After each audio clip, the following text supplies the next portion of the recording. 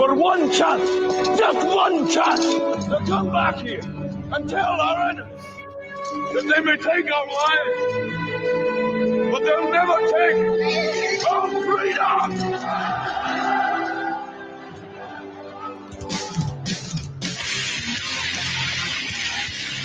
The future is uncertain.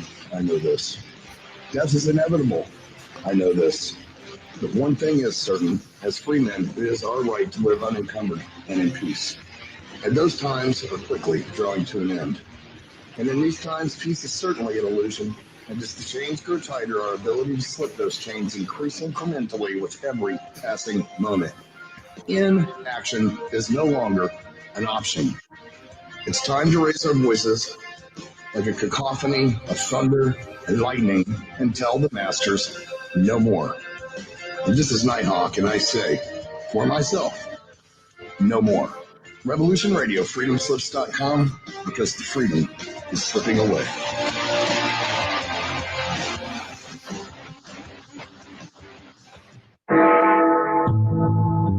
Galactic Interstellar Council on Revolution Radio Studio A, Fridays at 2 p.m. Eastern. Join us as we traverse the starseed paradigm, as expressed in the time-space continuum that we know as the divine expression of love and light.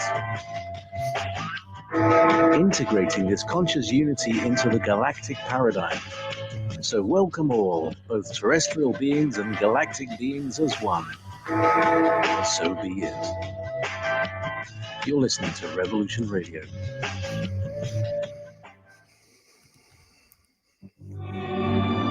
I will defend myself against their tyranny. Number 3 is my radio broadcast. I'm squarely in front of the public all the time, and they all know what's going on.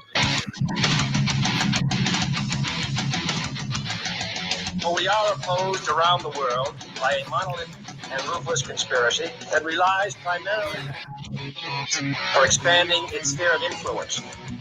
Hello, my name is John Wayne, and I do a broadcast here at freedomslips.com, revolution.radio, called The Unequivocal Truth, DEFCON 1. Freedom are at war. And folks, I assure you, we are in Defense Mission 1, as we journey perilously through this paradigm that we currently reside in. And I ask that you join me every Saturday, 8 to 10 p.m.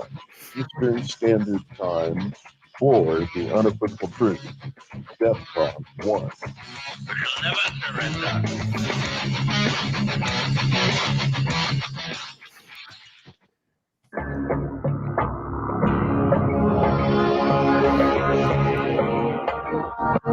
The madness grows in this sick society. Posers laud shallow youth for their empty fads. Phonies seek out vain celebrities for instruction. Slaves glorify globalist parasites for their stolen wealth and power. Politicians are puppets, not leaders. Sheep wear masks and accept deadly vaccines. In these dark times, the wise must lead us. So we call the Wisdom Circle. Each week, Scorpio and Giuseppe will call upon the sages, the learned, the pragmatic, to discuss the great problems and distill the great solutions. Here is the leader of the Wisdom Circle, Scorpio.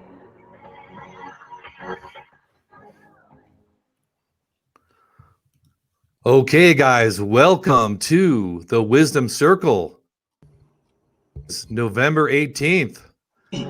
Scorpio. And gosh, we might be entering into the Groper Joe era. I hope not. We'll know soon enough. And, you know, given that, we need some serious wisdom, because this guy's going to take a wrecking ball to pretty much everything that we thought was decent and good in our society. And he will be praised at every turn by this disgusting mainstream media. That said, I want to bring on my co-host, Giuseppe. Giuseppe, how are you, sir? Oh, I'm fine. I'm looking forward to today's show. One of the true heavy hitters of Revolution Radio, Mitchell Bupp, is joining us, and we've wanted to have him on for a while. And he's finally set up his camera, and it's going to be a good show. It's just stunning, this whole globalist attack on the sovereign United States, and how effective it seems like it's inevitable. It's just heartbreaking, but I don't see any way it's not going to happen with installing Groper Joe as the next president. Yeah, so let's bring on old Mitchell. I really like Mitchell's tagline, which is "Yee-haw." Mitchell, how are you, man? Yeah! Hey, good afternoon, everybody. I hope you're having a great day. Glad to be here on the Wisdom Circle with Giuseppe and Scorpio.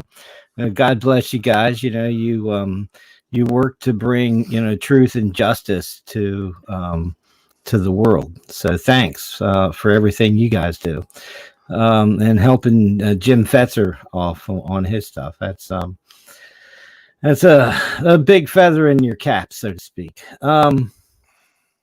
Yeah, it's the COVID craziness and the propping up of the entire economy, because you know, with the COVID reset, as you know, Justin Trudeau, I should say, put it the other day, you know, Agenda 2030, sustainable growth, and all this other all these United Nations memes that they're going to bring in, and the COVID-19 was the perfect cover for all of that. These globalists are working nonstop to not only destroy Canada's government, but look at what they've done to our government. Yeah, you saw that clip of Trudeau, right? Where he's opportunity. Yeah, I've got it. I've played it several times. Didn't that sound like a scene out of They Live or what? Yes, it's the truth condensed. It's the political statements that liberals, globalists, and these folks make that push the New World Order. They've condensed their memes down. You know, it used to be a long, drawn-out affair. Now they've cut the words down. They're condensing the meanings, and people are saying, "Oh, well, is that what you really mean? That's not what you maybe said before." But you know, this Democrat slogan, or I should say, this New World Order slogan, "Build Back Better." If you look, it's used in global warming, it's used in the European Union. I mean, it's used in China. It's used all around the world by the United Nations and Africa, and it's this thought control process of having everybody thinking the same way. Yeah, see, there you go. And you know what they're doing is they're creating this international consensus for these ideas. And, you know, we have to remember that the United Nations in Africa itself, as it does its do-gooder educating, so to speak, it creates this idea that, you know, Africa is part of the world and that, you know, we need a one world government. If you look at the population growth figures, Africa is could easily outdistance Asia and China in population in 25 to 50 years. So it's it's this idea of using children and instilling ideas in people's minds while they're still young. You know, get them while they're young. You know, you can do almost anything with them. Yeah. You know, maybe you could tell us what the mask situation is like there in Virginia. You know, just today, this guy came up to me and started talking to me with his mask on. I won't wear a mask, and I could not help myself, guys. I said, "Hello, slave." I just couldn't stop. It just came out, man.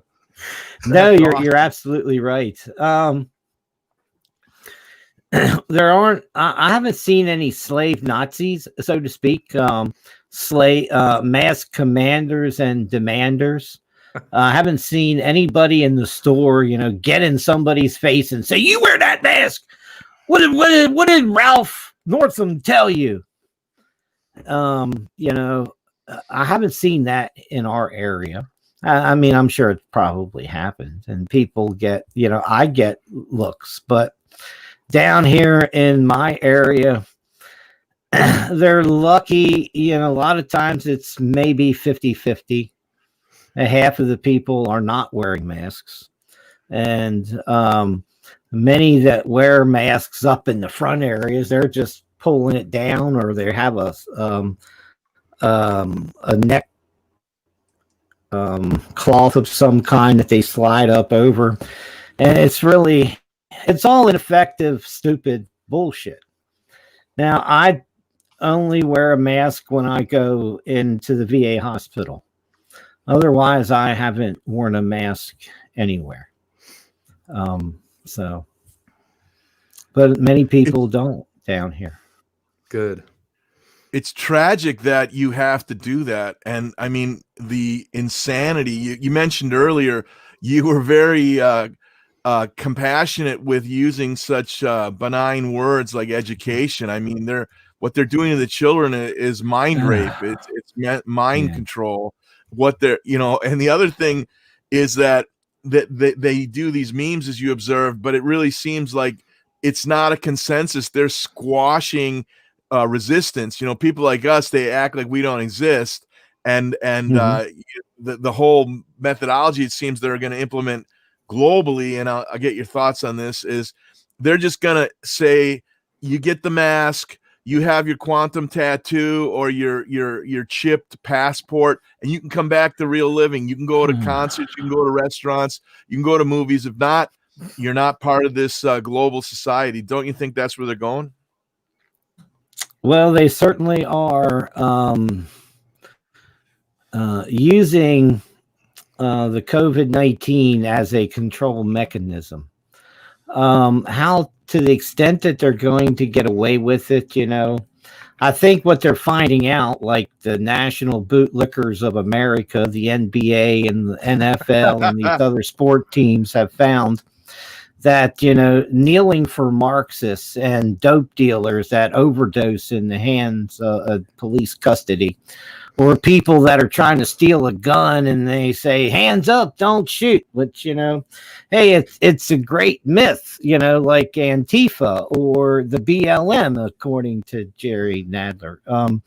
But it's really, they're not going to get away with it. I do see this partitioning, I guess you could call it, of the United States.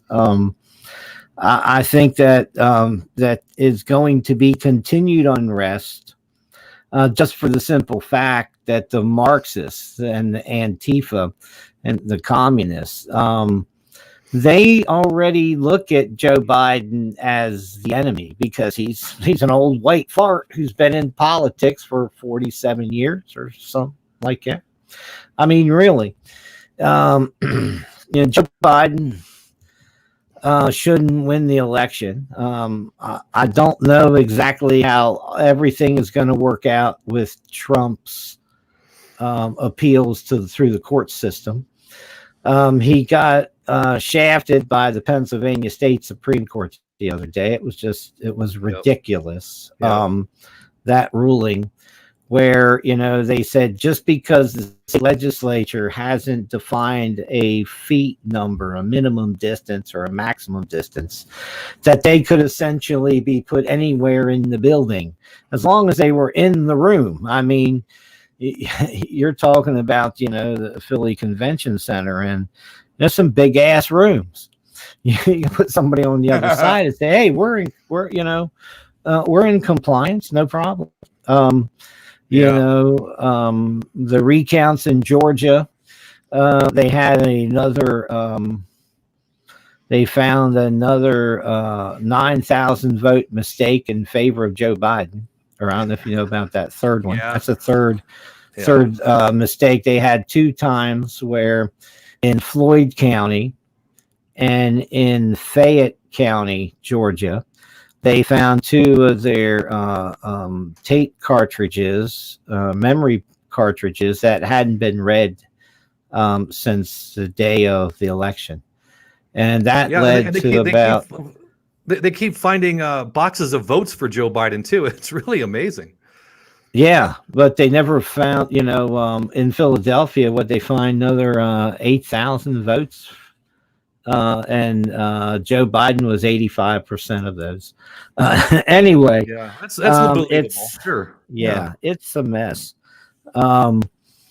So they had a box that was counted in Georgia, one of the latest mistakes they found in, I think it was Cobb County, where they had a box of ballots that were marked, and it was marked 10,171 for Joe Biden and 13 for Trump. Well, that's all believable, isn't it, Mitch? I mean, when they looked inside the box, they found 1,081 votes for Biden and 13 votes or so for Trump. So yeah, it was it was off 10 times. So now with just if you look at the ballots that have come in, this is essentially bring the race down to less than 3,000 votes now.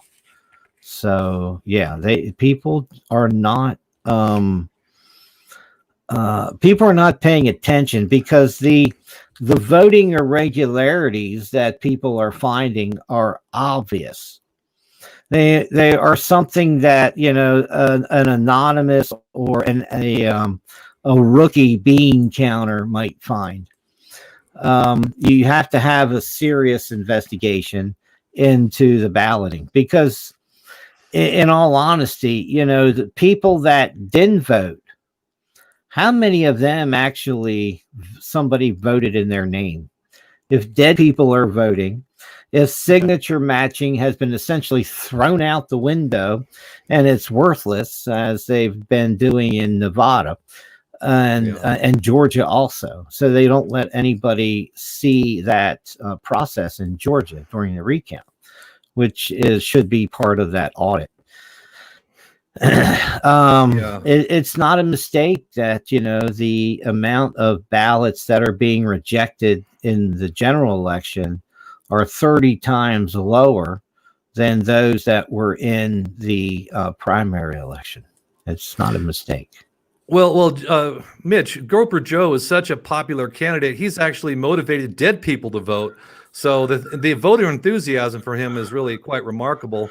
And, I was watching a few minutes of PBS NewsHour, a bunch of shills, just disgusting. And they had a bunch of little short clips of people that work for the voting commission for different states. And they were sitting there praising themselves about how wonderful the process is and how it's actually the most open and transparent election ever. So the level of lying is just, I don't know how. Mitchell, I guess here's my question. How do we deal with people who have absolutely no moral compass whatsoever? How do we get the country back onto some kind of a footing where, it's not okay to lie, cheat, and steal? How do we do that?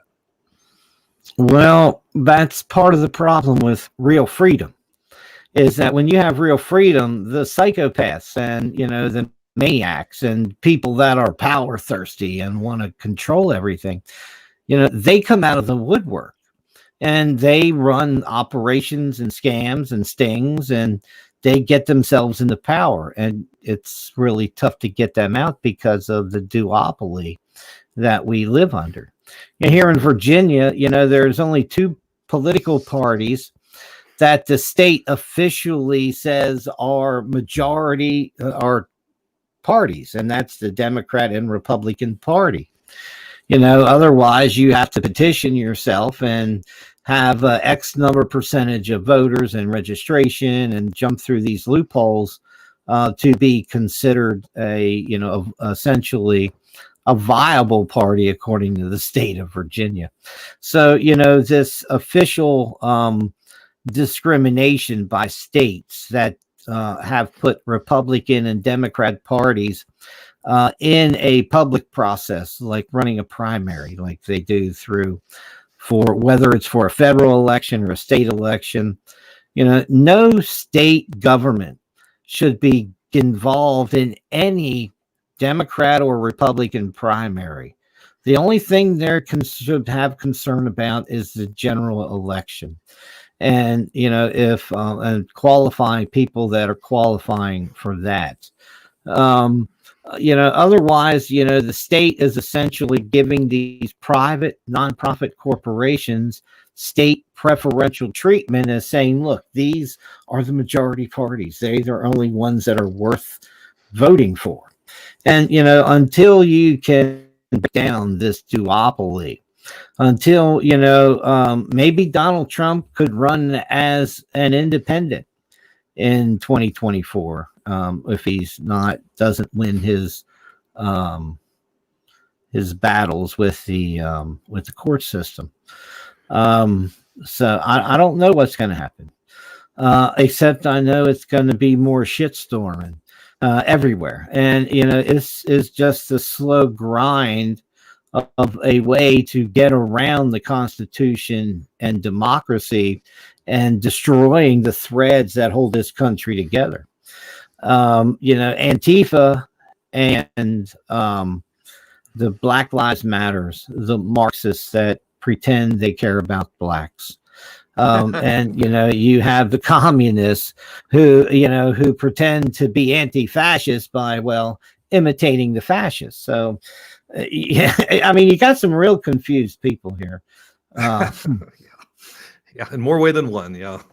Mitch, most listeners may or may not know that you actually put your money where your mouth is, and you ran for national office. You were running as the vice president of the United States. What was that like to try and seek office as an independent candidate? It's like being the redheaded stepchild and being ignored. I was like, what was the guy Thornton played?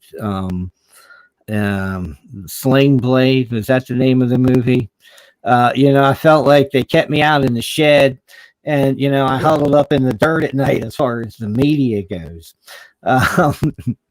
There essentially no media would talk to me the whole time. The whole time that I was doing this, and media, they essentially, it was like a ban. Nobody would call me back. Nobody would talk to me. We did make ground here in Virginia. As I learn about the process and all this other stuff. I just have had this year has been kind of tough on me. I've been sick a lot, and it started in March, and it's still kind of half kicking my ass, but I still have to get out here, and we still have to work to change this system. And until now, we've got a guy named Bob Good, and he is how should I say it? He's a right-wing Republican from Liberty University. And, he's going up there like a sacrificial, naive lamb going into a den of thieves. And he doesn't have a prayer in hell of surviving or even knowing what the hell he's doing, or has the people and the tools around him that might be able to get to the truth. He's going to go in there as a junior senator, a junior House member, and he's just going to be cannon fodder for Nancy Pelosi, who just got elected back to the leadership position. So it's she got elected again to leadership. I didn't hear that yet. Wow, that figures. Wow. That figures. Yeah, I saw it a little bit ago on Twitter. Well, and Mitch, I want to compliment you. I like your position on, what's going to happen with Trump's, lawsuits. Personally, I'm quite dubious just because I think the court system is so deeply corrupt that I don't see a lot of hope for it. But some people are very dogmatic about it, and they're sure he's going to win. And if you don't think he's going to win, then you're being negative. And it's the catch-22.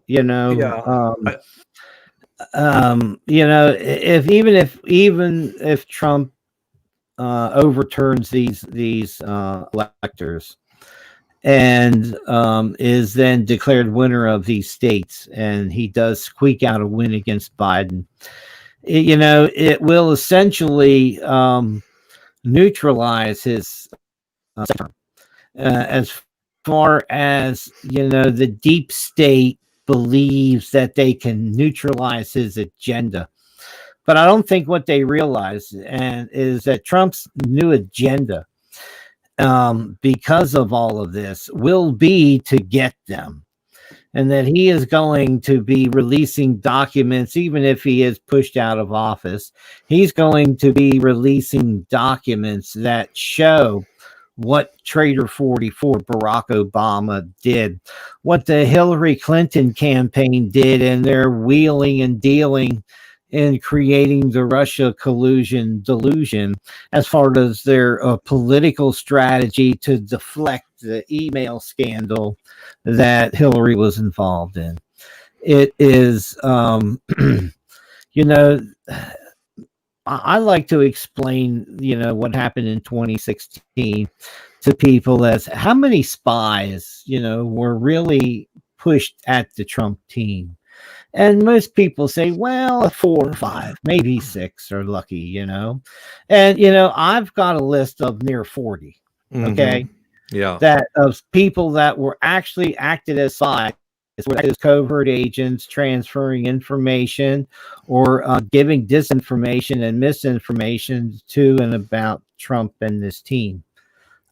So it's not this narrow conspiracy that it's the 7th floor, of the FBI and parts of the upper echelons of the Obama administration. No, it's a hell of a lot more than that.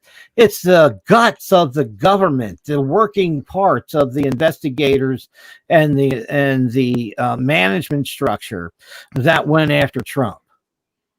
And what they did was they used the political system and Hillary's politics and wheeled that into an indictment of Trump. Mitchell, don't you think though, even though Trump may go for it in the information release area, but I mean he did that with Groper Joe and their illegal dealings with China, his deviant son, Hunter Biden, and the media, which is so Orwellian now, just ignored it or said it was Russian collusion. And absolutely. I said when Trump came in office, one of the first things he needed to do was to bring in 6 special counsels and to go after every damn thing that the Obama administration did and root out the sons of bitches and put them in prison and at least file charges against them and neutralize them so they can't get back in government and do the shit that they did again. And this is what we see happening with Joe Biden. I mean, I know Joe Biden's on hydroxychloroquine. He has to be. I mean, anybody who sniffs that many people has to be on some kind of preventative medicine for COVID-19. I'm telling you. So, Mitchell, tell us, how did you get involved with Revolution Radio? And I mean, you go back a long way. As far as I understand, and I was looking at the schedule, you do the most original content of anyone in the roster of hosts, right? You have the most hours of actual original content. Is that not true? I don't. I don't know. Bruce both do 2 hours. But I don't know. I'm just blessed, I guess. Let's see. Gosh, how did I end up on Revolution Radio? What Well, happened? V, did you ever hear of V, the Guerrilla Economist? He's Sure. got a Yes, show of course. here. Pretty big name. And right? he's out there on his own with his own podcast and stuff now. And I listened to V, the Guerrilla Economist, and Dr. Jim Willie a few times. And they were here on Revolution Radio. I came here and I listened, and I liked it. And this would have been, about 5 years ago. 6 years ago. 2014. About this time, I had gone back to the VA hospital. I have a severe sleep apnea issue. And so I never got any sleep, and I was walking around like this mental zombie, sleep deprived guy. And gosh, I had so much going on in my life at the time. I was mad at my mom. She had let my boat sink. It was at the dock down at the lake, at her house at the lake, Smith Mountain Lake. And I don't know what happened. I guess the power went out, and it was a big storm, and somehow it sank. I was really pissed, and she called me up and laughed about it, and I hung up on her, and I didn't talk to her for 2 years. And I finally, after a couple years, I said, man, it's just wrong giving her the silent treatment like I've been. So I went back and I started talking to my mom, and I went to the VA hospital and got a new CPAP machine and started using it. And, that was like Thanksgiving, week before Thanksgiving, 2014.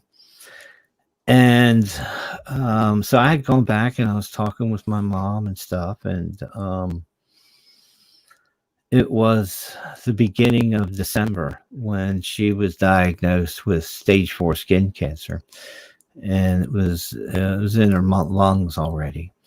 It was in her lungs. And I was glad I was back talking to her, but at the same time, it was pretty shitty. And and then on January 2015, and when I started using my CPAP machine, it was like being reborn. It was like night and day. And I was just, it was just, everything was coming alive again.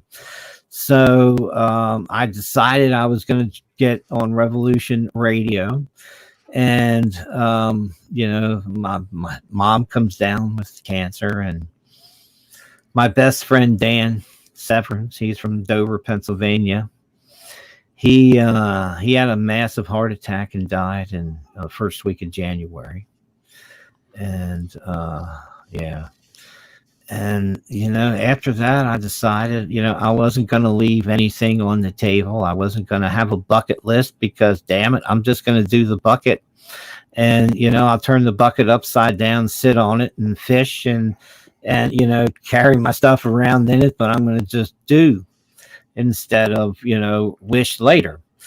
And so March of 2015, I started the Independent Voter Radio Show, airing Saturday afternoon. And then, let's see, I moved the schedule, I think May or June, I moved to the Tuesday night schedule for that show. And it's now the Trump Assassination Files. And then in July of 2015, I started the morning show. 5 days a week, and the way everything worked out here, it allowed me the flexibility to do it and not get paid. So it was an opportunity, that presented itself, and there it was. Oh, that's great. This is the Wisdom Circle, and of everything you described just in the past few moments about the heartache and life lessons, what would you say are there your three most important lessons of wisdom you've gained in your life? Oh gosh. Well, I guess one of the first things I would say is that God never gave up on me, even when I gave up on him. Oh, nice. I've had some shitty things happen to me in life, and they're not my fault. They're other people perpetrated events, on other people, particularly when they're children. They have no control, and that can really change a person's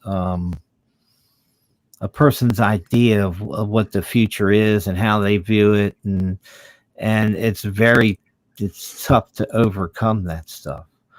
While I blamed people, I also blamed the religion that they were, and those don't necessarily run hand in hand. So you get a chance. Sometimes you see a glimpse of something that you can't put your finger on, that you say, what did I just witness? And that's what happened to me working up there in West Virginia when that house caught fire right near my camper, and these two ghostly apparitions appeared in my camper. And just for it seemed like slow motion thing, and then all of a sudden they zipped into the bright light in the other corner of the camper. It was wow, it was amazing, and I never really thought about it until expand on that story. What the heck happened? I thought about that. Say that again, Giuseppe. Oh, expand on that remarkable story. What exactly happened that you saw the ghostly apparition? Oh gosh. I had come back. I was working in a place called Handy, West Virginia. It's a small West Virginia town near Matewan, West Virginia, where they had all the Union battles. Right. And was working on a methane gas line that ran off the coal fields, collected that gas, and then sent it down towards Grundy, Virginia. And I had come home to my mom and dad to Smith Mountain Lake, and I turned around and came back, and I was in my little camper, and I pulled it up and parked it in this church parking lot, this little church parking lot. I never even asked permission. And so I had been parked there for about a week or so. And when I went back and I was in my little camper, and I got the strangest feeling somebody's watching me. I mean, I really didn't know. And I looked up to the left, and there were these two, they looked like a Ma and Pa figures from the old painting, and they were translucent. I could see the wall through them, and it was like, I can't say the F word, but I was like, what the hell? And it's like, saw them for a split second, and they ran in, and they ran in. They went into this bright light into the right side of the camper, and I sat back there and I'm trying to digest this. I hear this boom, this echo boom. I open up my little camper door, and right there in front of me, there's about 30-foot flames shooting out the front of this house. So I quick slid my boots on and ran around trying to knock on windows. I finally got somebody in a little mobile home to get up, and there was nothing I could do. I had to run around the back of the house, kick the back door in, and this coal black smoke come out all the way down, almost 8-10 inches from the floor. And with the flame so big out the front, I didn't try to go in. I kind of wanted to, but there was no way anybody could go in there and survive. And So I was standing there. I couldn't tell you how long it was. Seems like, forever, because I really didn't sleep the rest of that night. And I'm standing up there behind the house on this berm of this little driveway. And here comes this baby blue Cadillac, big ass Cadillac. Now this was in 92. So, this guy jumps out, got hair down, about to here on his shoulders, the best way I could describe him, he was, that singer from Meatloaf. And, he was about that big, and he had a blue tuxedo on. He just came from a church or a wedding, and because it was Sunday. And, gosh, man, I'm picturing this because, as I'm telling you guys this, I can see the lights flickering, and the fire had already burnt through the house back to where these I believe it was a bedroom where they had this grating across the windows, and you could see the cold embers around the frame and the little squares and stuff as the air blew through there. And I'm standing there, and here's this guy brushes against me, and he gets down on his knees and he says, "God bless Mother and Father. I know I can go in and save them. I know they're still alive," and blah, blah, blah. And I'm like, whoa. And this guy gets up and he took one step as he started towards the house. I just grabbed him and held him. And here this was his parents had died in this fire. Oh, so you saw their spirits. Wow, that's amazing. Yeah, and they had founded the church. See, I had found the next week, I had found this, two of the parishioners told me that that they had told the church that they were going home, that they were going back. God was calling them home like a they week knew it. or Wow. two before this. Wow. And then about that was in January. In March, I got a call from two sets of lawyers.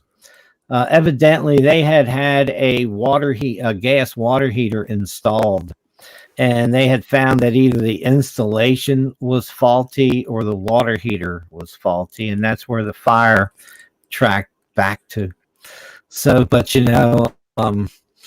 I really never talked to this guy about, seeing what I saw, because, once it was there and I held him and he's crying on my shoulder. And like I said, couldn't even tell you how long all that went on. And I had to make a statement to the state police because I was the first one on there at the fire. And, this was, West Ministries, I think. Yeah. So, in that area, Randy West Ministries. So yeah, it's that's one thing that really changed my life. I mean, and you think about some of the dumbest things you ever did in your life. I mean, I'm lucky my head wasn't blown off in one case. I forget who I was telling the other day. When I was in the Marines, we used to walk down the impact areas in the ranges. I was in 81 mortars. And so we would walk down and you'd see little fins sticking all out of the ground. You never knew if they were going to explode. You didn't think about it. You figured if they didn't go off and they dropped out of the sky, they weren't going off, But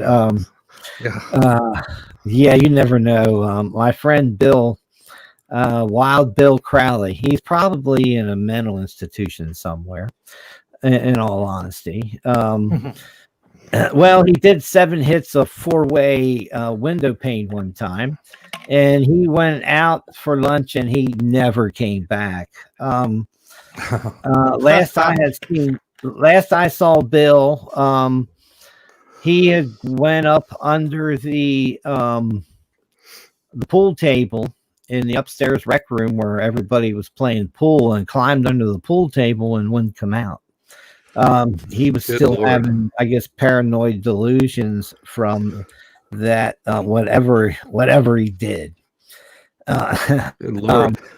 Mitchell, yeah, we had gone out to, well, I would go out and pick up brass casings because 7.62 is 308, and I would pick up crates of them and take them back to Pennsylvania and sell them, and nobody was picking them up, so I just figured I would. And we were out at a range one time, and Bill comes back up on top of the berm there, and he has an HE grenade, M203 grenade launcher, HE projectile. It's a little bigger, about the size of a golf ball, maybe a little bigger, and they're cobalt blue. And he says, "Look at this, it rattles." And I put it up to my ear, and I went like this, and it rattled. And I gave it back to Bill. He walked about 6 or 8 feet to the other edge of the berm and then threw it back out into the impact area as far as he could, I guess. It went off. Oh, wow. Oh, jeez. Oh my God. Well, it would have been a painless death, I guess, if that had happened. Yeah, and when the known shit, that's for sure. It's funny, man. I know that I used to know this guy years ago that he sold acid, right? And one time he was driving around, and he had a whole sheet of acid in his car, and the cops pulled him over, and he panicked and he ate the whole sheet. Oh my God. Yeah. The guy was high for like 3 weeks and never really came back all the way. It was really a strange kind of thing, man. So yeah.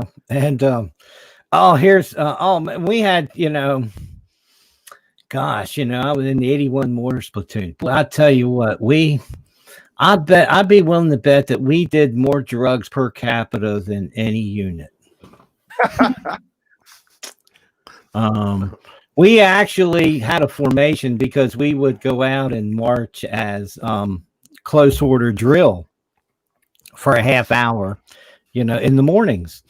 And we actually had a drill where our platoon would march down to the parking lot at the end of K Street and get in formation, and we would smoke a joint while we were standing down there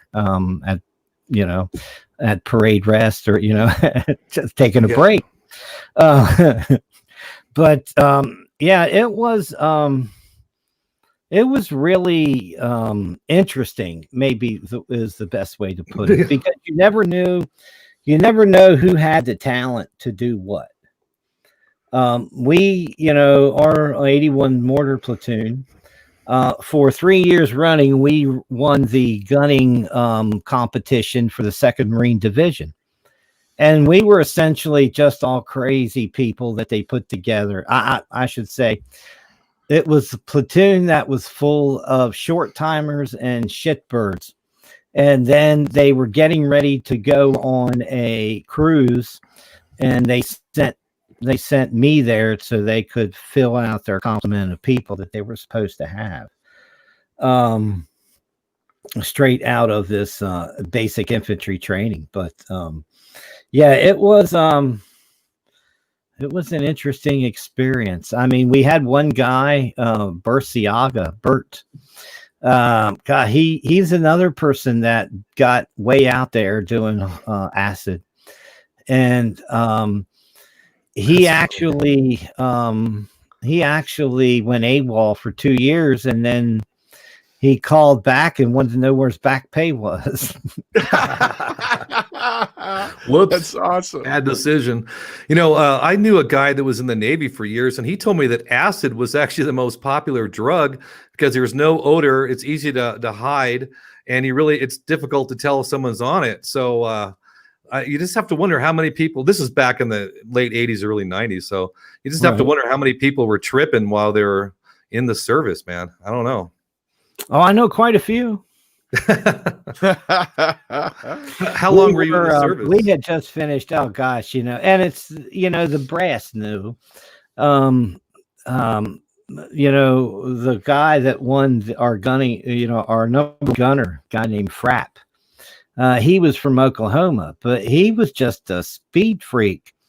He had been busted down to private 5 times or 6 times, but I don't know why, but he could just maneuver and flip around the 81 mortar and set it up and give it a bump, and he was ready to shoot. and you know, it's you know, one little corpsman that was attached to us, because everybody would always hit him up for his drugs, and he says, I ain't never seen anybody do so much shit and do their job. And we just laughed about it. I mean, you know, when we were in 29, here's a good example. When we were in 29 Palms, doing a exercise for a cruise that we were getting ready to take, the guys that we assigned to the mess hall, they stole all the turkeys that the officers were supposed to eat. And we cooked them right there at our campfires. And our lieutenant came back and he says, where'd you get that? Wait, never mind. I don't want to know. I know nothing. Well, Mitch, since we're on the subject of the military, let me ask you, something. You know, Trump is finally pulling out some of the troops from Afghanistan. I don't know why he waited 4 years to do it, but at least he's pulling half of them out. You know, I'm simply amazed by the reaction from these so-called liberals that, oh, this is endangering national security. We can't just pull out of Afghanistan. It's our enemies are going to come kill us now. And what are your thoughts on this 18-year war we've had in Afghanistan? Yeah. And one of these guys even made the mistake of admitting that, well, things are actually more dangerous there now than when we got there. So it's like, okay, so therefore we stay another 20 years. You know, what's your thought on these endless wars, and that Trump is at least trying to get out of them at the very end of his first term? Well, they should have been shut down long ago, just like NATO. Yeah. It's just a military industrial complex exercise. In Afghanistan, it's particularly focused on the Golden Triangle and all the drug resources that are coming out of there. Mm-hmm. You know, throughout the history of time, you know, people have believed that if you control this Eurasia, the connections between Europe and Asia, that you can pretty much control the world. And, you know, the world and technology, society has passed that by. At one time, they were important. Now they're only important because the most extreme, crazy radicals are coming out of there.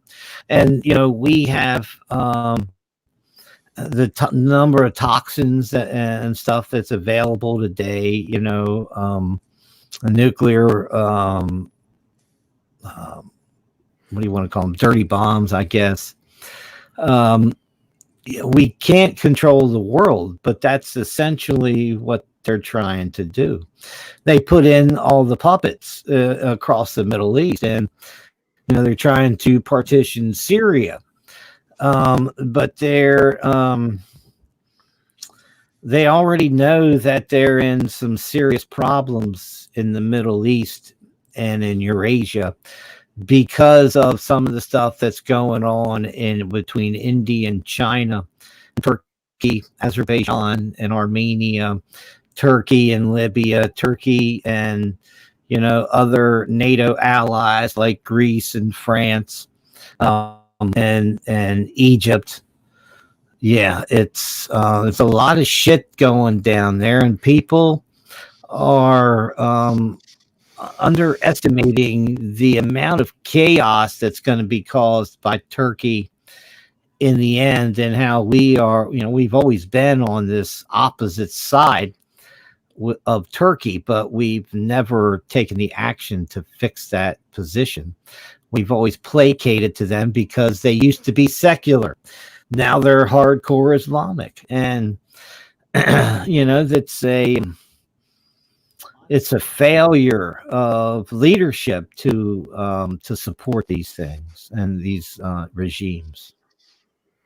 Well, is it really a failure of leadership? Because, you know, in the last 25 years, we've gone from conservative to neoconservative, and neo really should be spelled Zio. And now we've got liberals going to neoliberal, which again should be spelled ZIO. So we're, the last 25 years, these military initiatives have not been implemented to benefit the United States. They've been implemented to benefit the greater Absolutely. Israeli project, don't you think? Oh yeah, absolutely. I think there's a contingent of the American government that believes that Israel can add stability to the Middle East, when in fact all Israel is doing is destabilizing, so they can steal pieces of ground at each time and then try to justify it in the mind of somebody else. Yeah. I mean, that's really all they've been doing. Well, you got to keep in mind what those two blue lines on the Israeli flag stand for, right? I have no idea. I don't. Oh, yeah, the Nile and Euphrates River. That's the biblical borders of Israel. That's what they want. goal. Yeah. Mm-hmm. Well, that's why Erdogan wants his million-man Islamic army. Yeah, that's really something. The he's Erdogan is a shrewd operator, man. He has played a lot of people against each other, and you're dead on with the whole Turkey thing. And it's interesting. Shoot, I wish I could remember the name of the book. I have it. I read it a few months ago. There's a young journalist who was a classic liberal East Coast, grew up kind of like a middle class existence on the Eastern Shore, the New Jersey part that's not connected to New York. It's more really like Maryland than New Jersey or Pennsylvania. But she ended up had an opportunity. She didn't have the traditional life like her friends, and got married and have kids. So she ended up taking an assignment, long-term assignment, to be a journalist in Turkey. And she wrote a book about her experiences and her awakening to the real politics of the United States and how it treats the rest of the world. And it's fascinating. And Turkey has really been through the ringer the last 70, 80 years or so. And just, they've. Would you care to expand on your thoughts on Turkey? Well, it certainly does appear that Turkey has made the 360-degree turn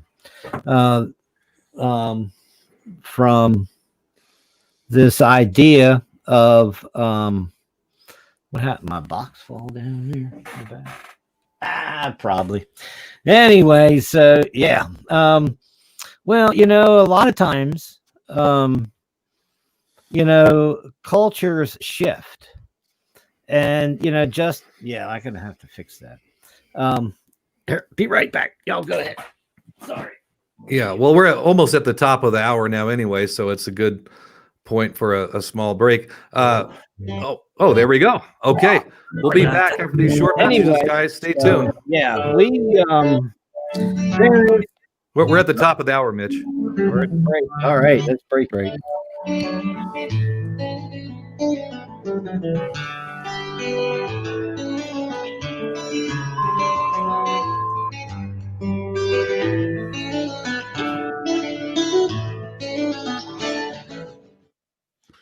All right, I'm not sharing now, and but we're still on Streamlot.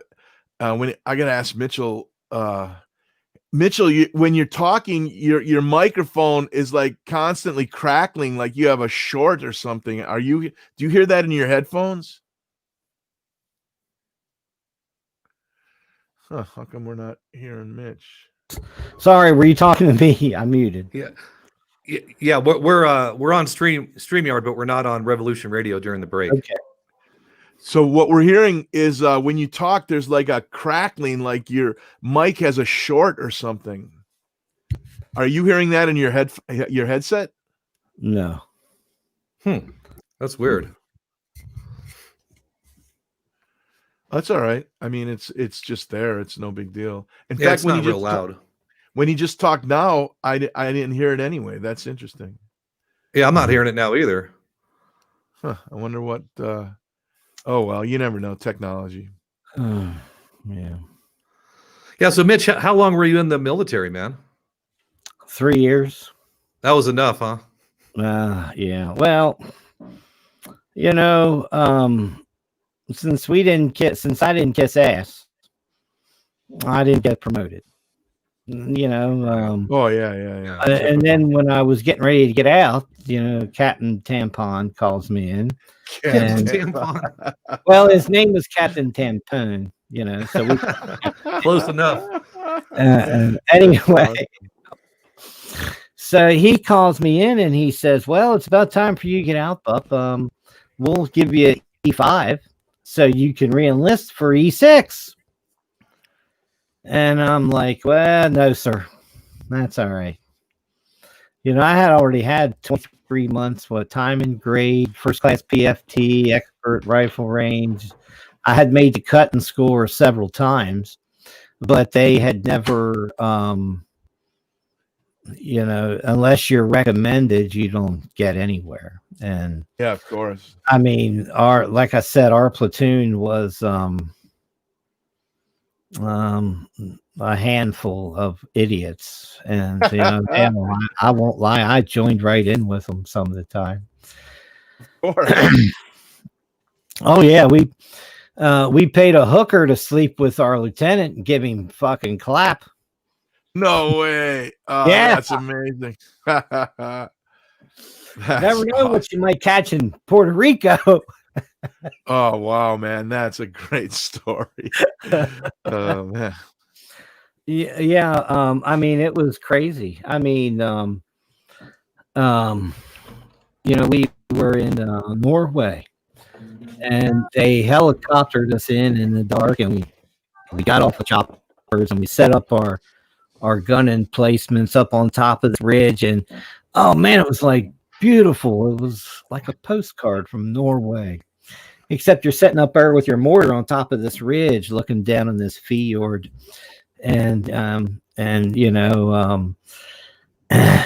come the little Amtraks in to land on the shore, and they get stuck in the snow, and there's these Harrier jump jets that are playing the Russians, making simulated bomb runs on them. The hygiene in Norway, when you're camping outside, you gotta burn off your toilet paper and then scoop up your poop and take it with you, because it would freeze dry. It'd be there for years. Oh wow. Freeze dried. All right. Yeah, I mean, what doesn't want to decompose after the moisture's froze out of it. But yeah, it was interesting, I guess, did about a month down in the Panama Canal Zone at Fort Sherman, doing jungle warfare training. Oh wow. And, took the train into Panama City, and it was like riding. Okay, we're coming back. Okay. freedomslips.com, 100% listener supported radio, and now we return you to your host.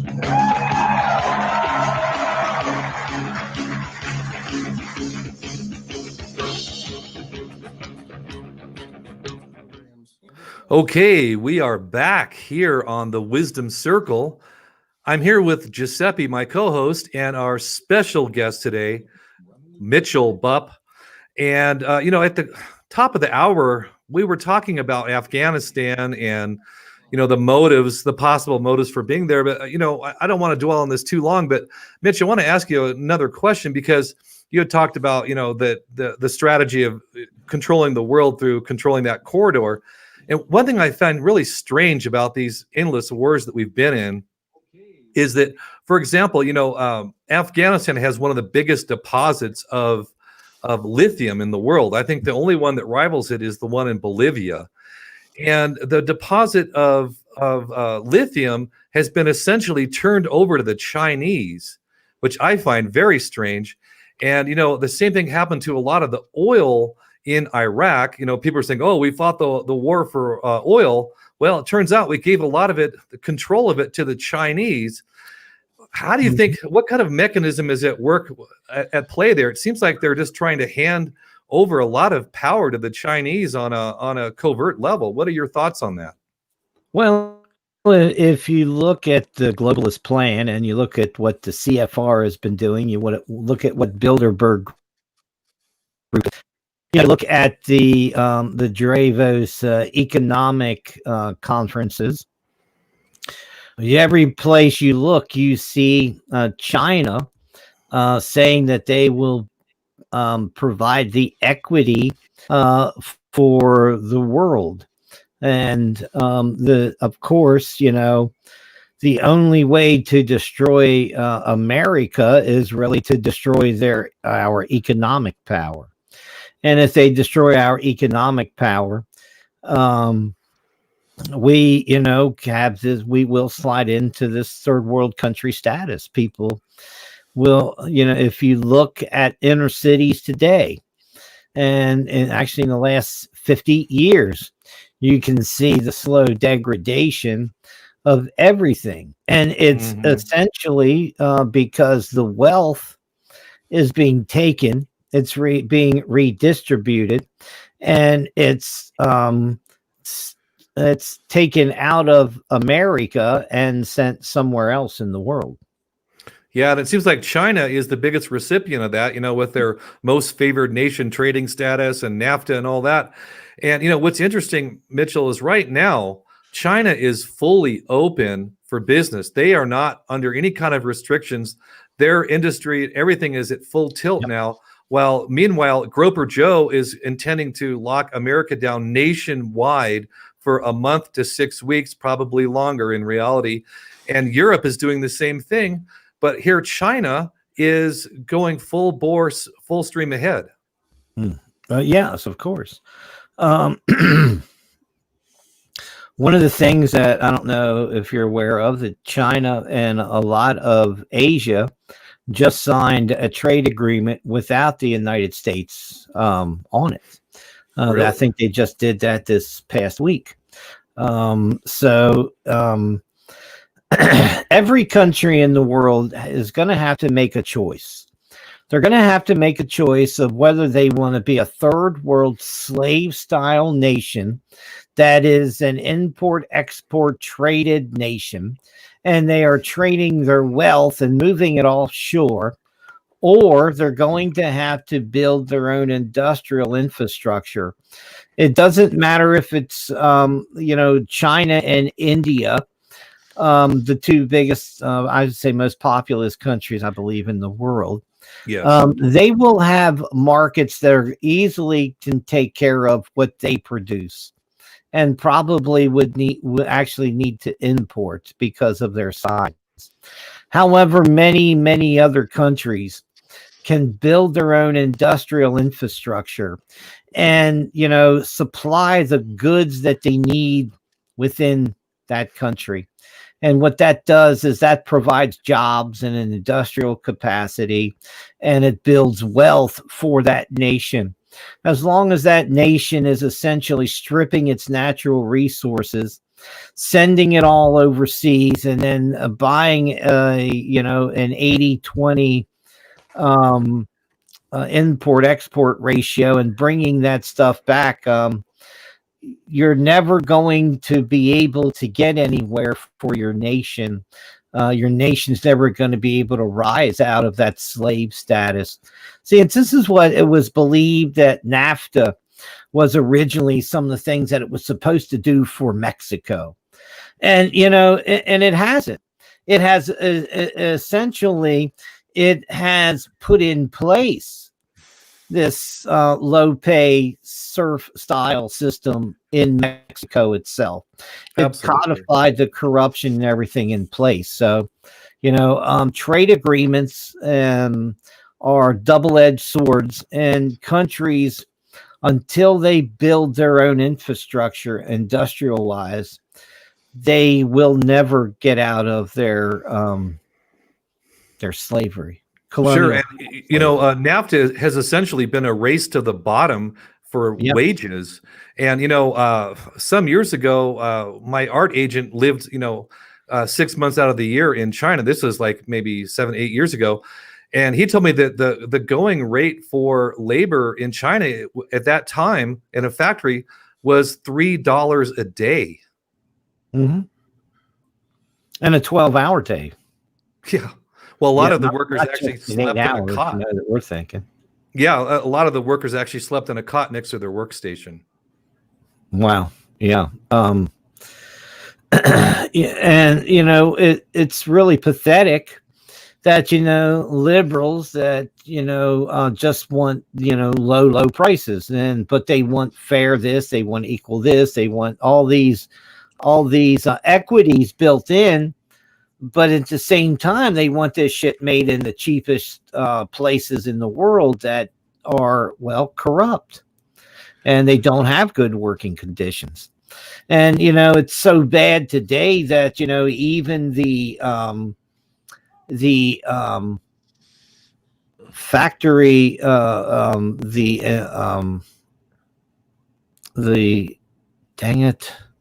the manufacturing class in Bangladesh that works in all the sweatshops, they're worried about being replaced by robots. I mean, the sweatshops are worried about being replaced by robots because they only make $50 a month. Go ahead. Wow.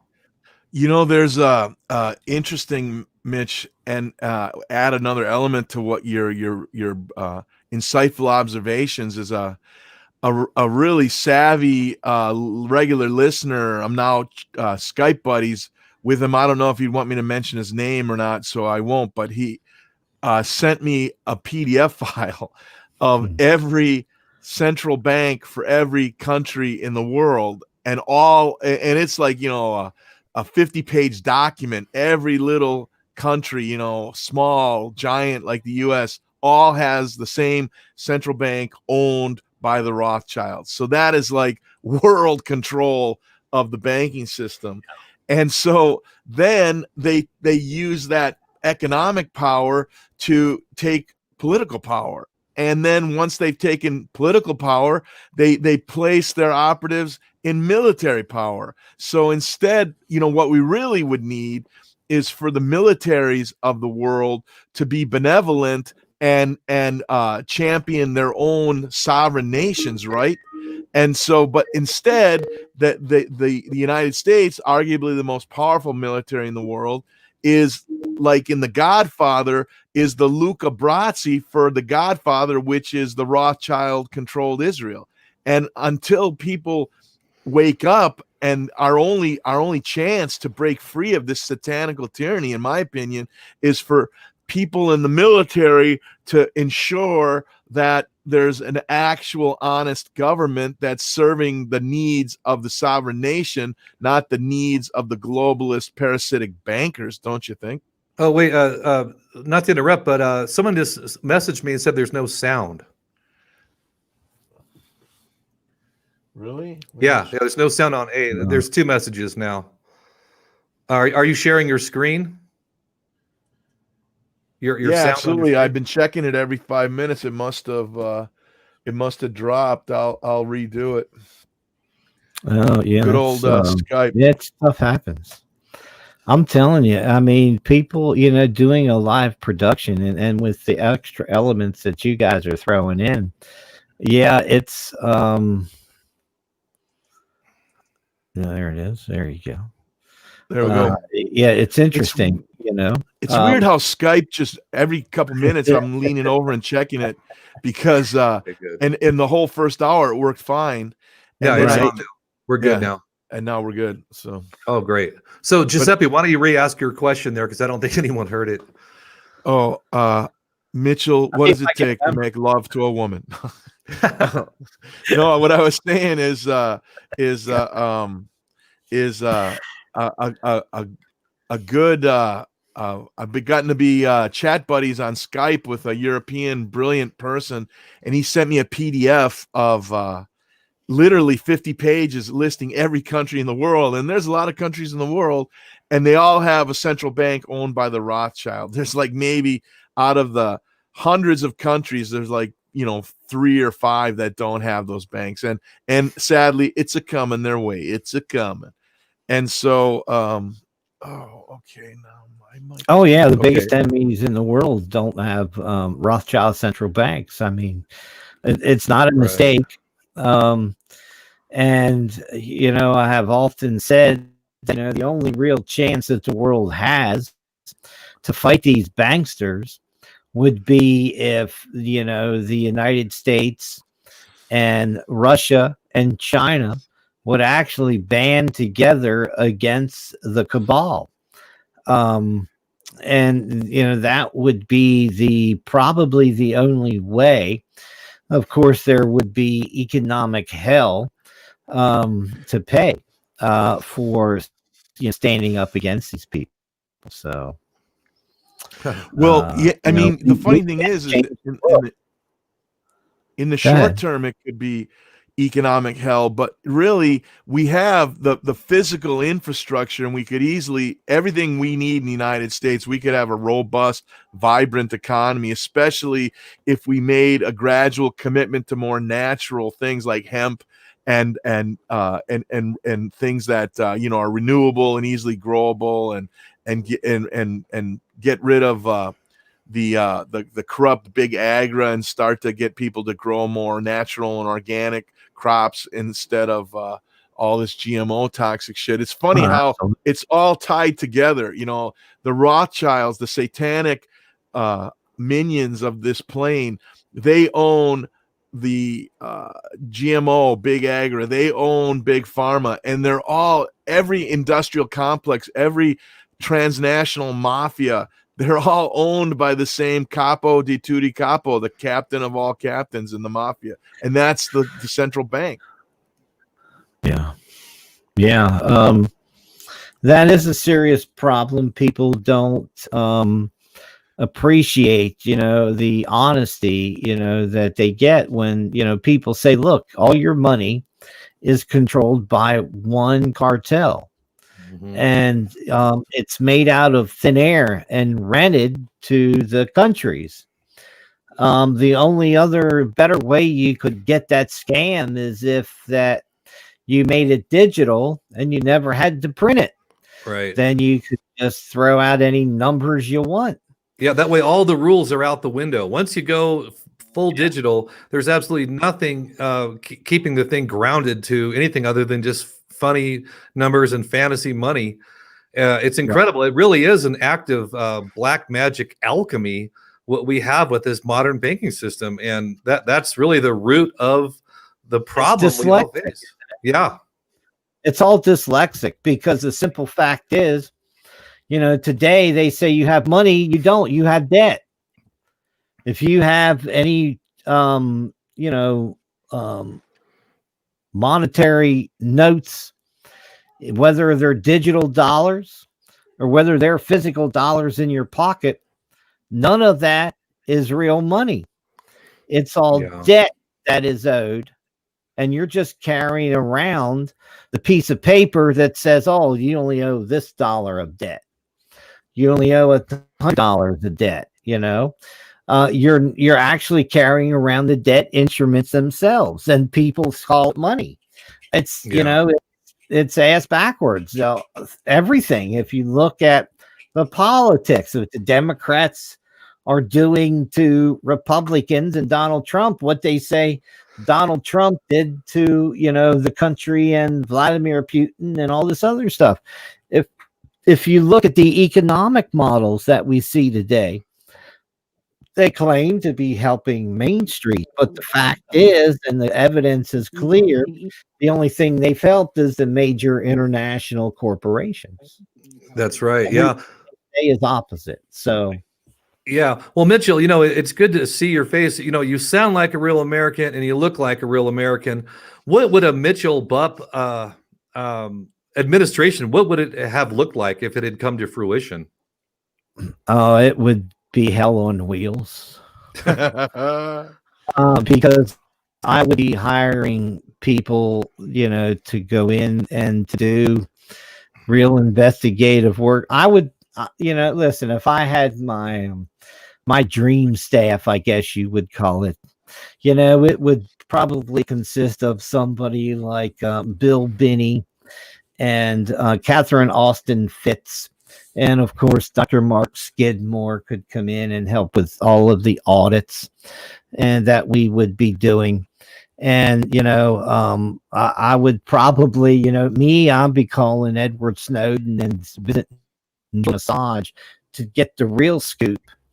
I would be putting pressure. I'd get people like Matt Koch and John Solomon in there to use my office so they can investigate the crimes that our government is committing, that our politicians are committing every day.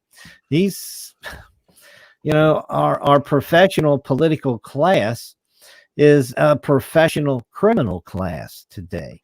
They're traitors. They're traitors. Way past being, the spokespeople for people. They've just come to be the grifters of America. Mm-hmm.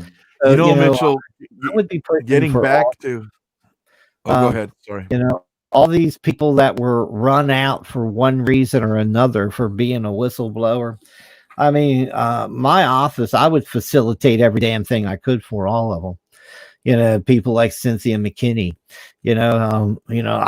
I would even, offer Jim a desk if he needed one to when he was in town looking for information. The mainstream media for too long has picked and chosen what gets reported. Mm-hmm. The media leak strategy run by the federal government to incriminate people that actually work for open government so they can get them the hell out of the way. These are some of the things I would be doing. I would be having real oversight. I wouldn't be having this load of partial oversight. People wouldn't appreciate it, but I would call for adding another 100 to 400 U.S. House members, because currently, the few we have cannot adequately oversight the U.S. government because it's gotten so big. It's gotten so powerful, and there's so many small bits and pieces of government that are used as wedge weapons or, back doors to get all this stuff done. As far as I'm concerned, every lobbyist on K Street is lobbying for a foreign power. I don't care if they think every corporation is a foreign power. Exactly. Let's be honest.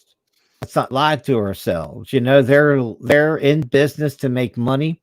They have no loyalty to the America or American government. They only have loyalty to make money. And until we start, pulling Wells Fargo over, unhitching the horses, sending them to the glue farm, and sending the Wells Fargo wagon to the shredder so it can be crushed like an old Etzel piece of crap, until these banksters are shut down. They're just going to keep doing criminal activities, and that the fines will have become the cost of doing business. But the worst piece of that is that the last administration under Trader 44, Barack Obama, took $500 million of settlements from the banks and gave them to liberal social justice companies, corporations, and nonprofits as grants. So, these banks were allowed to make these donations to Black Lives Matters, Antifa and other organizations, and say, well, we're doing our bit for the U.S., in our plea bargain. So doing their bit to fund George Soros's color revolution, which is Bolshevik 2.0, to destroy this sovereign republic. And it seems to me, Mitch, it's getting worse in the sense that the Rothschild central banks and these oligarchs pretty much controlled everything, right? But we still had a level of personal freedom and functional freedom, and now with this great reset, this COVID-19 scamdemic, they're literally seeking to turn the 7 billion or so population of the earth into inoculated with toxic poisons, microchipped, and penned in controlled human cattle or goyim. That's where they're going. If you want to be if you want to have your concerts back, your movie, going to the movies, you're going to the restaurants, you're going, sending your kids to school, you have to be inoculated with poisons, microchipped or quantum tattooed, and you have to be constantly monitored via this China-like social credit system, which is more like an Orwellian credit system, the way they want to implement it. And do you see this actually happening, or somehow is this gonna fall apart because it's an overreach? Well, I honestly don't think there's enough individual thinkers out here to stop it. I think people will try to rationalize it. And just as, they rationalized the TSA, putting their hands in the pants of 2-year-old kids and filling them up. Right. I really think, once you get through these phases of conditioning that we see going on right now, that, it's actually, the psychological mind conditioning that we see going on when the U.S. government itself is essentially pushing all this stuff on people and the governments around the world. I see them getting away with some of it, maybe not all of it. The question is, are we going to see the cycle? I'm trying to think who was talking about it. Cynthia McKinney talking about it the other day, where they were talking about what's going to come is, first you have, the regular COVID-19, and then you have the COVID-20, and then all of a sudden you have the COVID HIV portion kicking in. And, you have these different diseases that are spin-offs right. of COVID-19. I don't know. What I do know is that the natural immunization, they say, has lasted at least 90 days.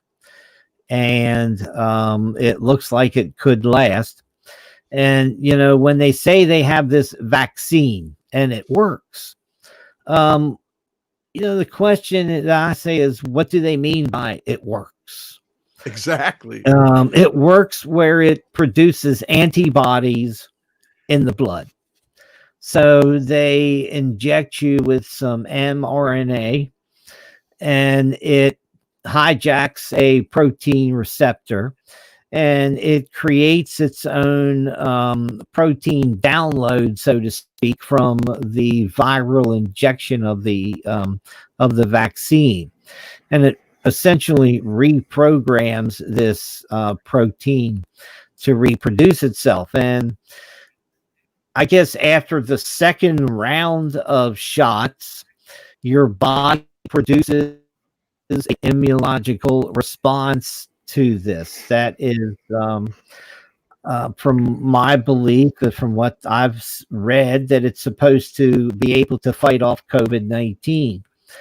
And, essentially what they have done is they've triggered your body to recognize COVID-19 as a disease, not so much, as this novel virus that comes in. The body doesn't recognize it. It overwhelms the system, and then it kills rather fast. I really think that, all they've really done is create this mechanism that the body will recognize COVID-19 and then have its standard immunological response to, this viral invader. So, when they say they have a cure, they don't have a cure. The only thing they have is they inject you with something that makes your body recognize COVID-19 as a viral threat. And then your body kicks into action. So, when they say, oh, I got a virus and it cures it all. Well, no, your body cures it all. The only thing they did was enable your body to have a response. Well, and I'm dubious of the whole thing. I like how they say it's 94.5%. The 0.5 makes it sound more legitimate, like it's real. And what bothers me is, it has to be stored at negative 70 degrees. What in the world is it going to do when it goes into your body at 98.6? I think there's a lot of hidden covert purposes for this. And I also believe that they're planning on making this masking thing permanent. What are your thoughts on that? I don't know. I'm sure they want to have a wide scale acceptance of this COVID-19 vaccine. I've kind of watched this whole process since back in December of last year, when, over Christmas in particular, that Chinese doctors and whistleblowers were talking about the new flu that was in town, and that how it was airborne, and that people needed to get the hell out of Dodge right then. I don't know if this is this escaped weaponized version. Of course, it has been hyped. I won't say hyped. The evidence shows that this COVID-19 was weaponized to be infectious to humans in, I believe, in North Carolina. It's also known that in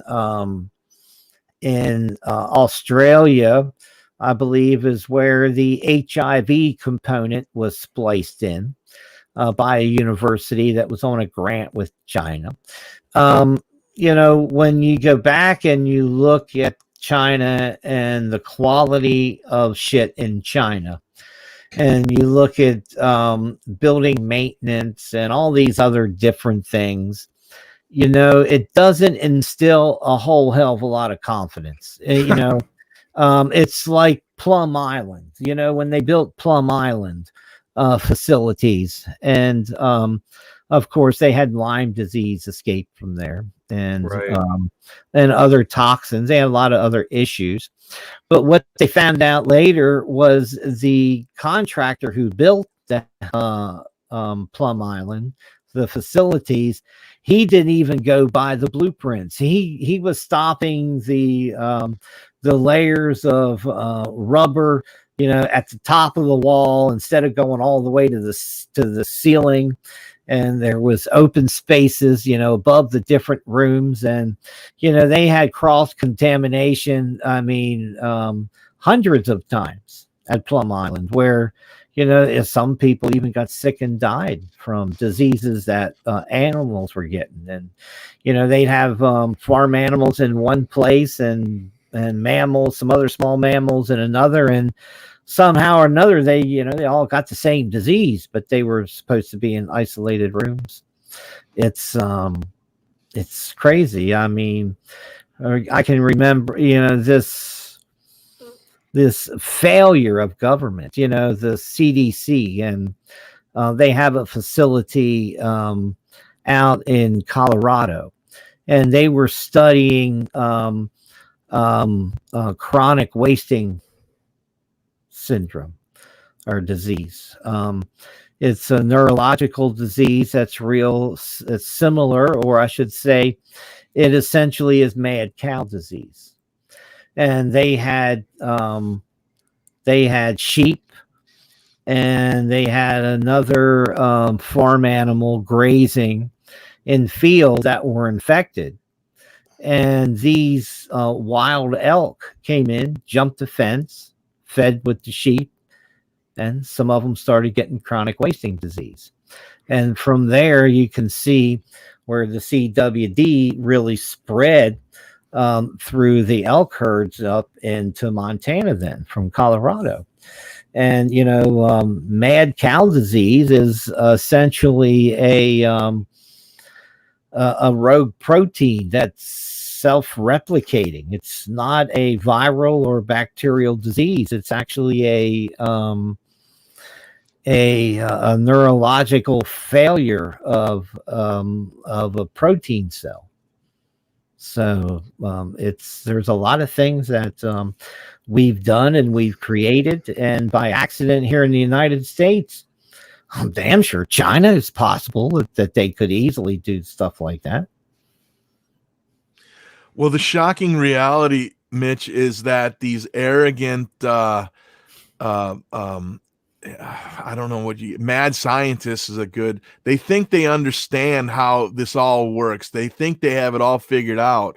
And as you outlined with the lunacy of the RNA vaccines, is in their mind, the roadway, for the example, is linear, right? Like laid out like a grid. And so if we take over this road and we redirect it, this traffic, it'll all work out. But the reality is the body and nature and the viruses in nature are so much more complex. They mutate thousands of times each moment worldwide. It's such a complex system that is so far beyond the comprehension of these so-called scientists who think they understand it all. And so what's going to happen is, are you guys aware of China thought they had beat the swine flu? They had pretty much done the same thing that's going on now with an RNA vaccine. And they had like 500 test patients, and they all once they were inoculated with the RNA vaccine, they wouldn't get the swine flu. Oops, until it mutated, and then all 500 patients died because their body started attacking itself, because that's what happens when you try to reprogram something and you don't factor into the mutations and the changes. So the body saw itself as the virus, and everything started blowing up, as Judy Mikovits describes it, a cytokine storm where inflammation's everywhere. So your lungs fill up, your heart swells. I mean, it's a horrible way to die. Your liver clogs. I mean, what a terrible way to die. And so now they think they have it figured out right now. No, that's not going to happen. I was reading an article the other day. Oh, no, we understand all that. We're beyond that. No, you're not. It's so I don't know. Giuseppe, let me ask you something. Do you think that this transmission between animals and humans is really an issue, or is this part of the scam? Because we're going to have a guest on, actually not this Saturday, but next Saturday, a very deep researcher, and she thinks that this animal to human transmission is part of the big plan to drive everyone into the mega cities and to make people afraid of nature and to create all these this fear of being outside and near animals.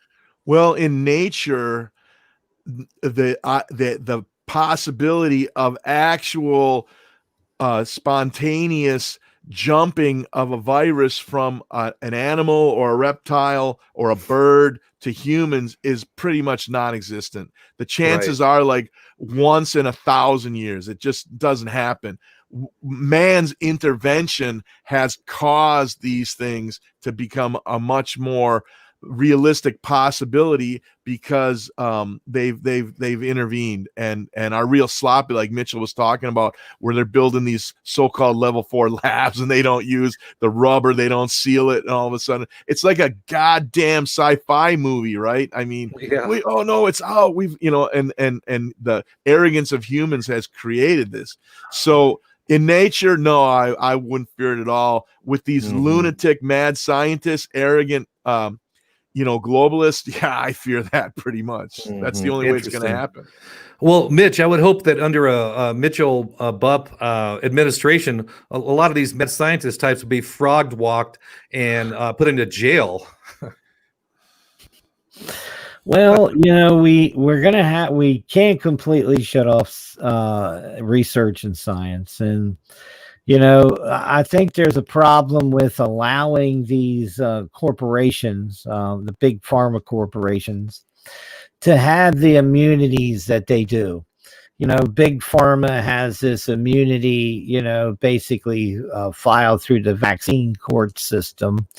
The nursing homes just got their COVID relief killer forms, so to speak, where they aren't potentially responsible for all the cross contamination that they've did and got so many patients infected. The same way with the hospitals. What many people don't realize is hospital mistakes are the second leading cause in death in the United States. I mean, it's people that go to the doctor's office and they get mistreated. They get diagnosed with something that's way out there, and it was something else. Or, it might be as simple as an elderly person that has, a urinary tract infection, and they don't give them enough medicine to completely cure it. It comes back, drags the person back down. They got to drag them back to the doctor. In fact, I know somebody that should still be alive. But the doctors and the communications and trying to get the proper medicine, actually ended her life and the quality of her life. I agree you can only live so long, but it doesn't mean you shouldn't, try to keep somebody, alive for as long as they can. These, what has really happened, when you look at Dr. Fauci and Bricks and these other technocrats, they've went way past doctoring. They've essentially become socialized into the bureaucratic system and have lost, their Hippocratic oath, so to speak, to the individual patient. And they think more, I don't want to say about the big picture, but more about the political picture. And, we see that a lot today, where doctors are hedging, maybe is a good way to describe it, what they're saying and how they're saying it to people. They give them pieces of information that is, that applies to what they might say, but it's an incomplete picture. This idea of wearing masks, California, as soon as you step outside the house, you're supposed to put a mask on. I mean, if you're in your backyard and you have to have a mask on, face it, game over. I mean, every bit of air is contaminated everywhere. And, if you're going to run this thing, this paranoid scam, because that's what it is. It's creating people that are, neurotic and paranoid about every little thing, and germophobic. I mean, come on. Yeah, nation of germaphobes now. And I'm telling you, these masks are going to kill people. And beyond that, beyond the obvious health problems, but between not having your body properly oxygenated and the fact that you're going to be rebreathing bacteria and waste products from your own body, that aside, it's just so damn ugly to see people walking around in these masks. And I'm just getting tired of it. And it's just these global so-called elite global parasites, they must be laughing at us at how easy it is to get people to comply with other bullshit. Yeah. You know what is the great criminal satanic initiative in all this is what the mind rapists who control the mass media and these charlatans, so-called scientists like Fauci, they've turned the coronavirus, which is the common cold. It's ubiquitous in nature. It's omnipresent. It's everywhere. It's in every human. It's in every animal. It's in every reptile. It's in the soil. They've turned it into the new nano terrorist. And the average normie sheeple refuses to use their brain and think and critically look at it. And the funny thing is we're talking about the immune system. Everything is your immune system. Like when people, the overuse of antibacterials medicines don't cure you. What they do is they kill enough of the bacteria overgrowth so your immune system can take charge again. And the same thing is true with viruses, antivirals. And so, and what's even more criminal is, as Mitchell outlined a few moments ago, that they are actually trying to rewrite how your immune system works. And what could go wrong with that, right? We talked about that a few moments ago. But the insanity of, if it's in the air and it was poison, deadly, we'd all be dead, and hardly anyone is dead. No one's dying of this SARS-CoV-2 because it's such a weak, attenuated bioweapon, intentionally, I believe. What people are dying of is their comorbidity, because they already had cancer, they already had diabetes, they already had COPD, chronic obstructive pulmonary disorder. And Mitchell, don't you think everything that must be done, Western medicine, corporate allopathic medicine, is phenomenal in saving your life, acute trauma care, phenomenal at the level of surgery and the high-tech surgeries and the wonderful things it can do to give people back their primary function in life. And in the case of like these poor kids who are horribly disfigured with like cleft lips and things, they make them look normal. It's amazing. I'm not going to throw out the baby with the bathwater and say allopathic medicine is evil. No, there's a remarkable, wonderful body of great protocols. What's evil is the big pharma initiative to try and treat every human being, which everyone is unique, as cattle. You cannot inoculate everyone. If we had actual governments, the proper strategy should be to have an expert team to go in locally, analyze what the pandemic outbreak is, and then you develop a cure based on, you have a set of tools, but you have to regionalize it. You have to localize it.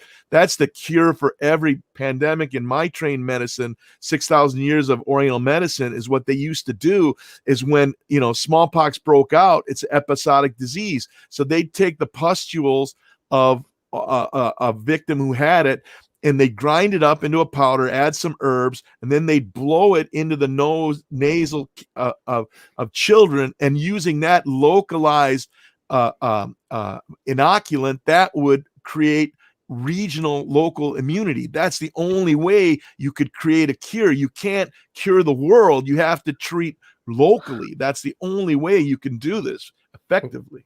Of course, they're not trying to cure anyone, I don't believe. I think they're trying to hoodwink everyone into an agenda that people wouldn't accept otherwise. How do you make a profit if you cure everybody? Well, there you go. I mean, why is medicine a profit-driven endeavor, right? Why should medicine be profitable? How dare you go outside that book? We have one book, one chapter on foot problems, and you're supposed to read that, and you're supposed to know what the hell you're doing. You can't go outside the book. Everybody has to get this standardized care for the individual who is different from everybody. So the premise of the way medicine is structured today is completely wrong. Just simply the fact is that everybody is different. And, if you go outside those bounds, it's like a kid coloring in a book. The medical system will smack your hand real quick if, you go outside their guidelines. You lose your license. Yeah. Yeah. Absolutely. So, well, let me lay something on you guys, because we're like down to the last 10 minutes. They're saying that the hospitals are overrun all over the country now. There's just this mad rush of COVID patients. Bodies are piling up in the streets. And, San Diego is supposed to be, it's in the purple zone, which is the worst, outbreak in California. And, just the other day, I spoke to my cousin who's a nurse at a major hospital there. And she admitted to me that there's really nothing going on in terms of COVID in her hospital, even though she still thinks I'm crazy. But what do you guys think is going on, and how are they ginning up these statistics? Because I don't see any evidence that the hospitals are overrun with people. No, I don't believe they are overrun. I believe that the statistics are, of course, steadily manipulated because, remember, a hospital, a big business, there to make money. They have a limited number of ICU beds. And, generally, I think it's between 70 and 80% of those beds always have somebody in them. Always. From all kinds of illnesses. So, you only have to have this small uptick of people that are then hospitalized. You may have 1,000 beds in a hospital, but only 100 of them may be for intensive care patients. That's a good point. That scarcity of ICU beds, oh my God, it drives it right through the roof because up at the VA hospital in Salem, Virginia, in March when I was up there and at the emergency room and with this shit that turned into bronchitis. And, they made a comment. They only had one containment room with 2 beds for infection. So if they had COVID patients, that's where they should have been placed. Okay, that makes a lot of sense, actually. There just aren't that many beds anyway. And so they're making a mountain out of a molehill. Giuseppe, what's your take on that? How are they doing this, or what's your take on it? Oh, it's the actual greatest distributed virus is fear. I mean, they're freaking people out, and they're the real strategy to implement this global vaccine mandate is to, number one, scare people out of their minds so they can't think rationally. Number two, wear masks, which runs down the immune function and makes people sick. And number three, they're banking on when seasons change, people get sick. That's just for 6,000 years in Ayurvedic medicine, for 14,000 years. Seasonal change makes people sick. It affects weather affects the body so much. It's not even funny. So there's your 1, 2, 3 knockout punch to, oh my God, stay inside, wear your mask. Don't wear masks. Eat lots of healthy foods. You need vitamin C. It's not just from oranges. It's from, green and red peppers. Your vitamin D, you got to get out in the sun. You got to eat lots of green leafy vegetables, root vegetables. You need to take a chelated mineral because corporate farming has bled all the vital minerals out of the soil. So even if you think you're eating healthy, you're not getting enough minerals. You have to give your body in the natural way the fuel it needs to run the great immune engine. And that's what most people don't do. Well, and you got to wonder how many people, have a case of the sniffles and they go to the hospital and the hospital says, oh, you have COVID. And they put them in a bed and start drugging them up. And then, oh, you're going to need a ventilator. You just have to wonder how many cases they kind of just turn into COVID. I don't know.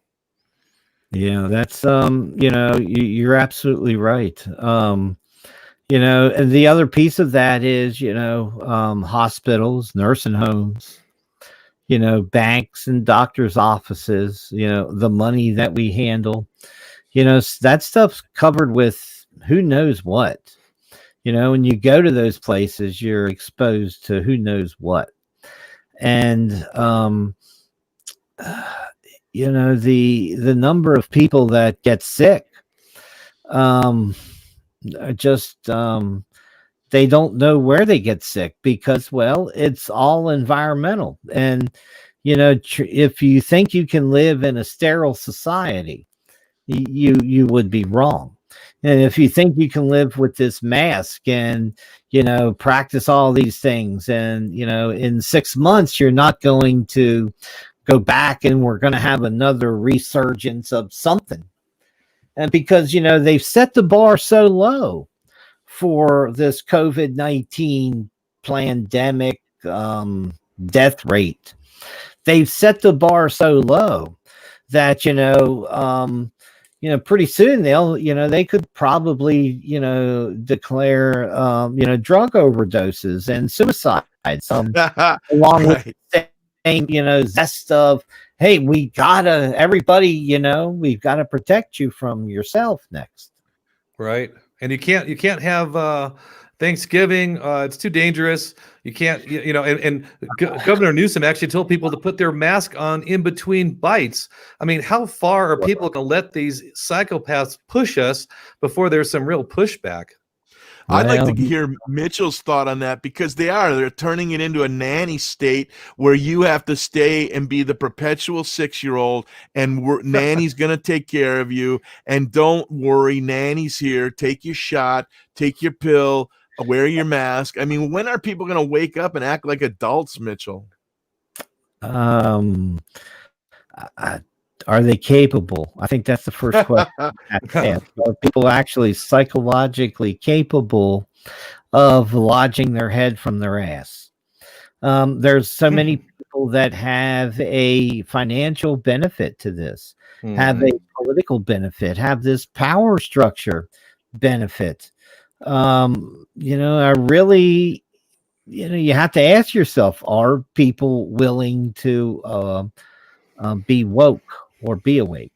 Yeah, and people have to snap out of their fear. This fear of death, fear of getting sick is what's running all of this.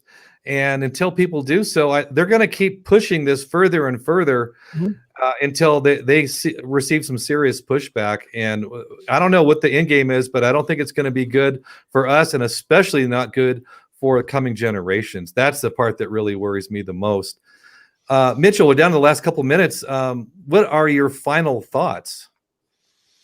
Resist the violence. Maybe that's kind of somewhat off topic of where we've been today, but this coming push by these technocrats, I would advise everybody to try to refrain from violence. There's going to be some seriously stupid shit going down, and you're going to see groups of individuals attacking people, and people are going to want to go out and get retribution. They want to stand up for democracy and patriots. And my advice would be careful of these circles that you get drawn into, because they often feed the same algorithm that the big lying Marxists and Klantifa are using, along with the Democrat Party. So while it takes two to tango, I don't think you should be dancing with the Democrats and they're flirting with disaster for democracy. Right. You don't want to dance with the devil.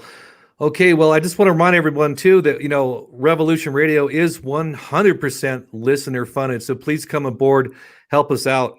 Freedomflips.com, revolution.radio, become a Patreon member, or go on the Zazzle store, buy some cool stuff. Do whatever you can to help us keep this passion of free speech going. Okay, that's it, guys. Until next week. Bye-bye.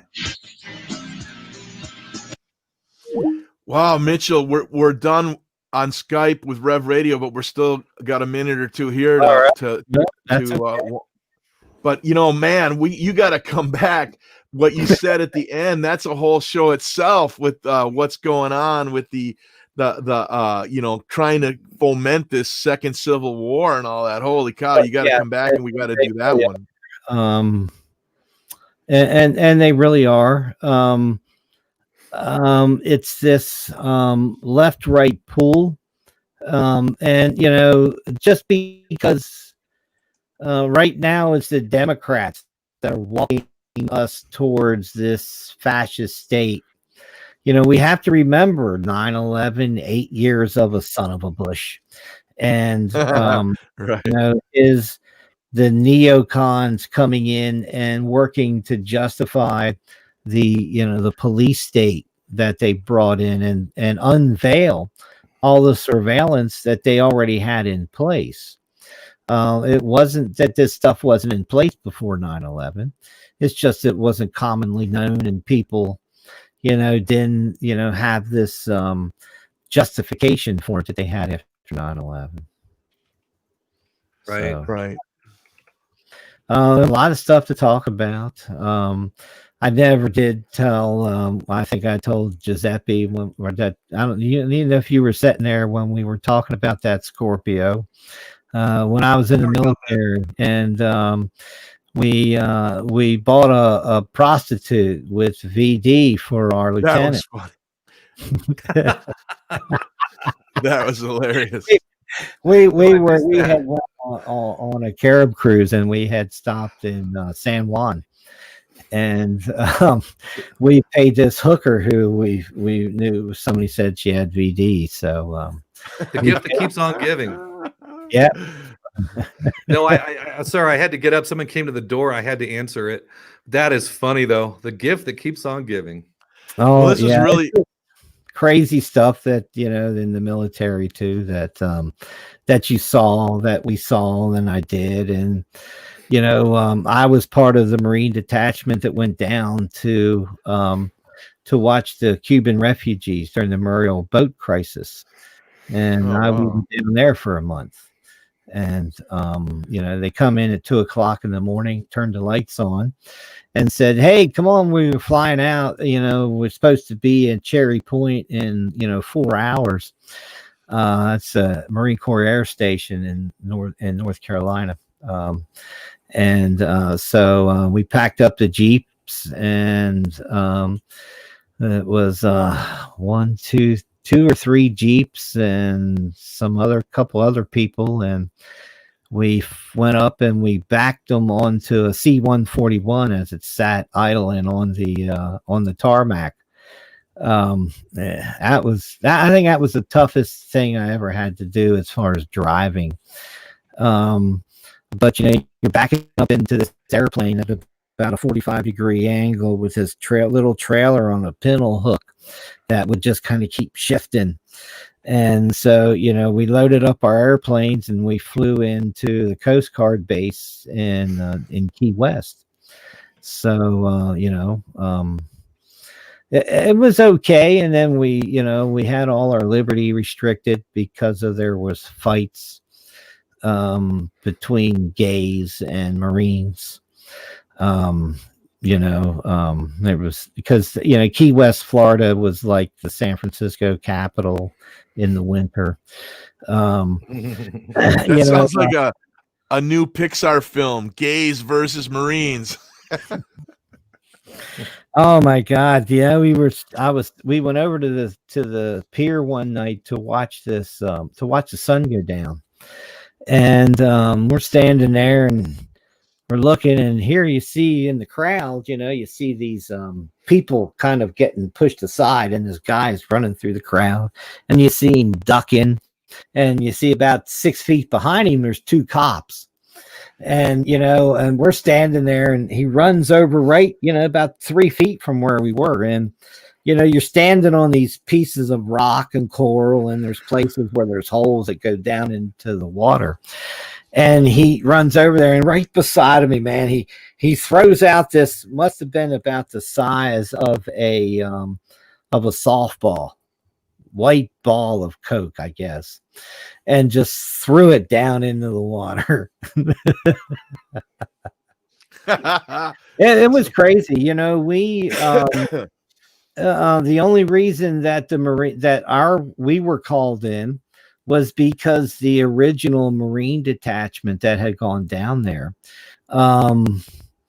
there was an incident involving Marines and I guess a few of the young woman refugees. Exactly what happened, we're not 100% sure.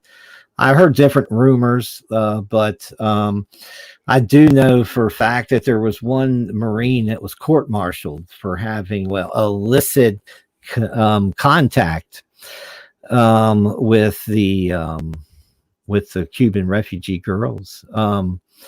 It was a kind of really weird and crazy thing. I mean, We put all the 2 Charlies, all the guys that were suspected to be prisoners that were released out of the Cuban jails. They were over on one pier, and most people were down in this refugee center. And they anything you could think that they would want to eat, that people were donating, tractor trailer loads of everything. And so we ate really well. It was a hell of a time, because we worked 12 hours on, had 36 hours off. So we worked 12 hours every 2 days, and to us, that was that was cool. That was nice. They took us out. We did some rubber boat training, and they flipped the boat. We flipped the boat over, and they say, "Don't worry about them." And there's 6-foot barracudas, 30 feet under you, and you don't know what they're going to do. They generally don't attack you, but we didn't know. Well, Mitchell, I guess we should wrap it up. We got to start to prepare for Jim's need to know, but will you come back soon? Oh yeah. Let me know anytime. Great, Mitch. right. That was really cool. That was a great conversation. And whenever the time flies by quickly, it was a good one. Yep. All right. You guys have a good afternoon All then, right. and thank you everyone for watching. Bye-bye. Bye-bye.